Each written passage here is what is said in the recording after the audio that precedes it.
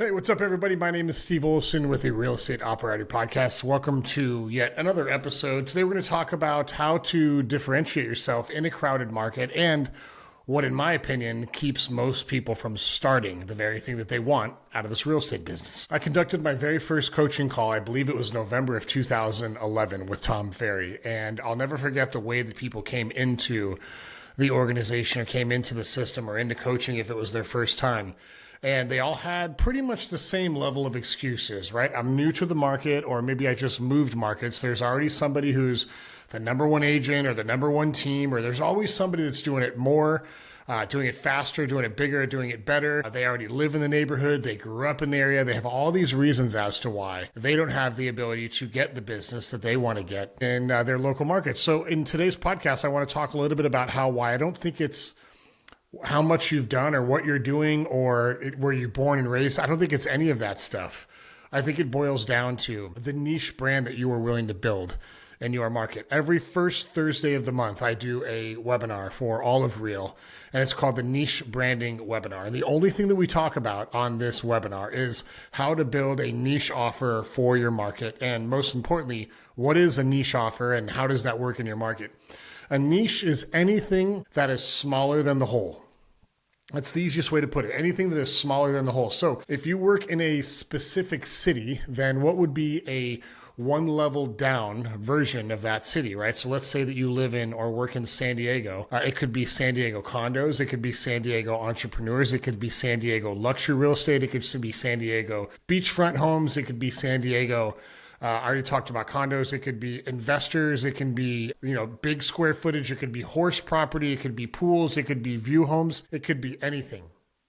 Here's the interesting thing that happens when you have a niche is that people understand how to communicate with you. They know when they should call you and when they shouldn't. They know what you do. And more importantly, they know what you don't do.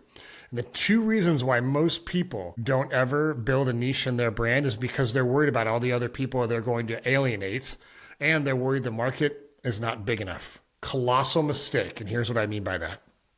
As long as your niche has overlap with other things, you will collect all of that business. So for example, let's say that you were building a niche in La Jolla luxury, right? Or let's not even say La Jolla luxury. Let's say Encinitas. And Encinitas, the average sales price is somewhere around, I think, maybe 2.3 million, give or take. At 2.3 million, you're not really in the La Jolla market. You're close. You're maybe on the very low end of the La Jolla market. But as you get up in Encinitas, maybe in the $3-4 million mark, now you definitely can consider La Jolla as well. Well, if you're specializing in Encinitas luxury real estate, you're automatically going to attract a lot of the La Jolla business as well, because the luxury point of Encinitas is also the mid or the entry point of La Jolla. So we don't have to market to La Jolla at all.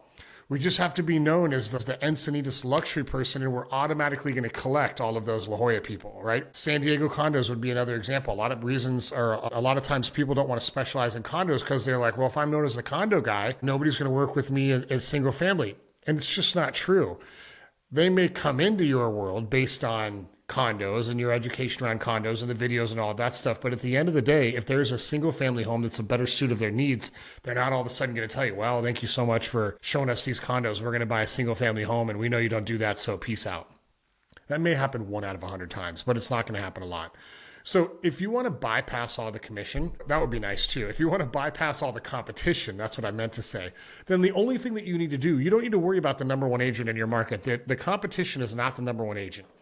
Your competition is more the one-off agents. Those are harder to compete with than the number one agent.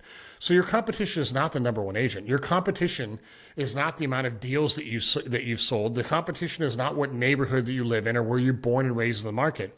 The competition has solely to do with, is there a unique and specific reason I should work with you over everything else, over everybody else? That's it. Is there a specific and unique reason that I should work with you over everybody else? Now, the average agent, I'll give you a little leg up on your competition, is going to lean on like trust and pedigree. And, I've sold more homes here than everybody else. And listen, the sales pedigree stuff matters. It's not a zero-sum game.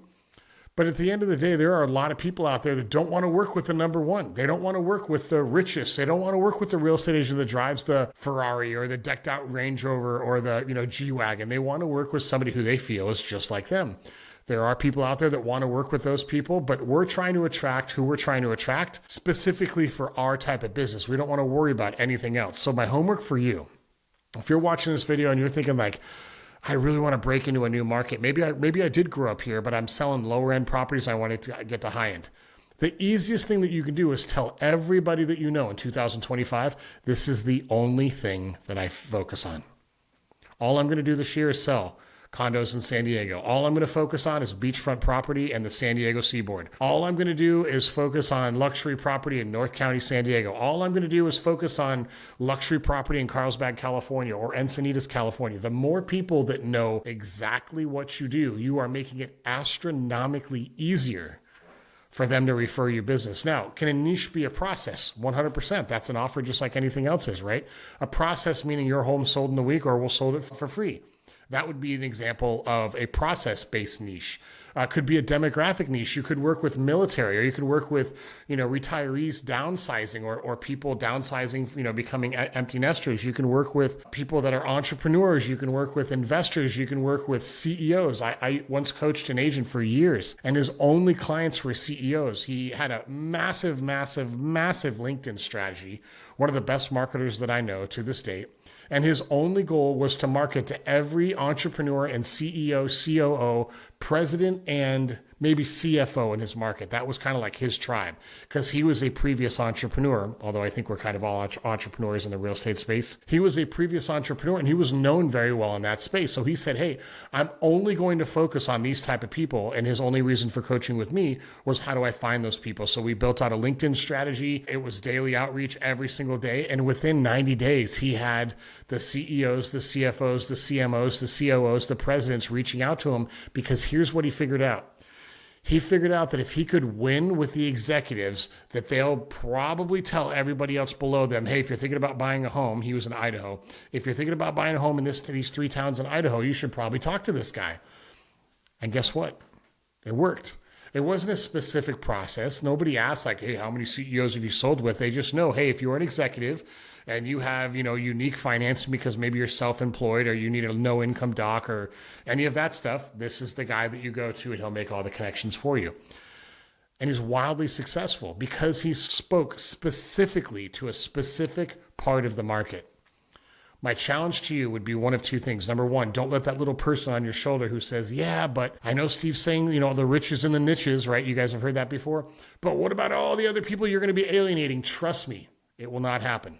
You will not alienate them, right? In fact, I believe that you will get more referrals because people will know exactly how to treat you. The second thing is when you do your analytics and you do your business planning for 2025, it's going to be really easy to look at market share and it's going to be really easy to talk yourself out of some of these small things.